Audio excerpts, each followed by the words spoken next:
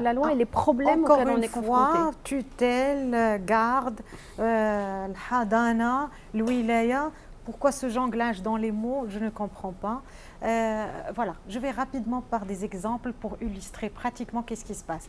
De nos jours, tous les 6 septembre, début septembre, les femmes arrivent en masse au centre. Pourquoi? Parce qu'elles n'ont pas le droit de déplacer leurs enfants des écoles. Elles doivent avoir les autorisations des papas.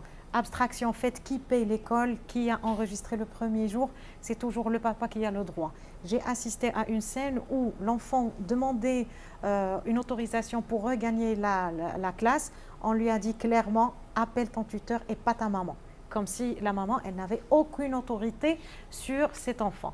Encore une fois, pour voyager, pour se déplacer et ainsi de suite. Sachant que lorsqu'on traite la chose, il ne faut pas la traiter avec une règle générale. Il y a toujours des exceptions. Si ces parents étaient de vrais parents, le problème n'allait pas se poser. Mais moi, je les qualifie plutôt de progéniteurs et non pas de parents.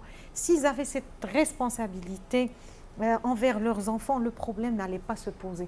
Mais du moment qu'ils ne sont que des progéniteurs, ils mettent leurs enfants dans cet embarras, ils quittent la maman et systématiquement, ils quittent également les enfants qui sont sous sa garde.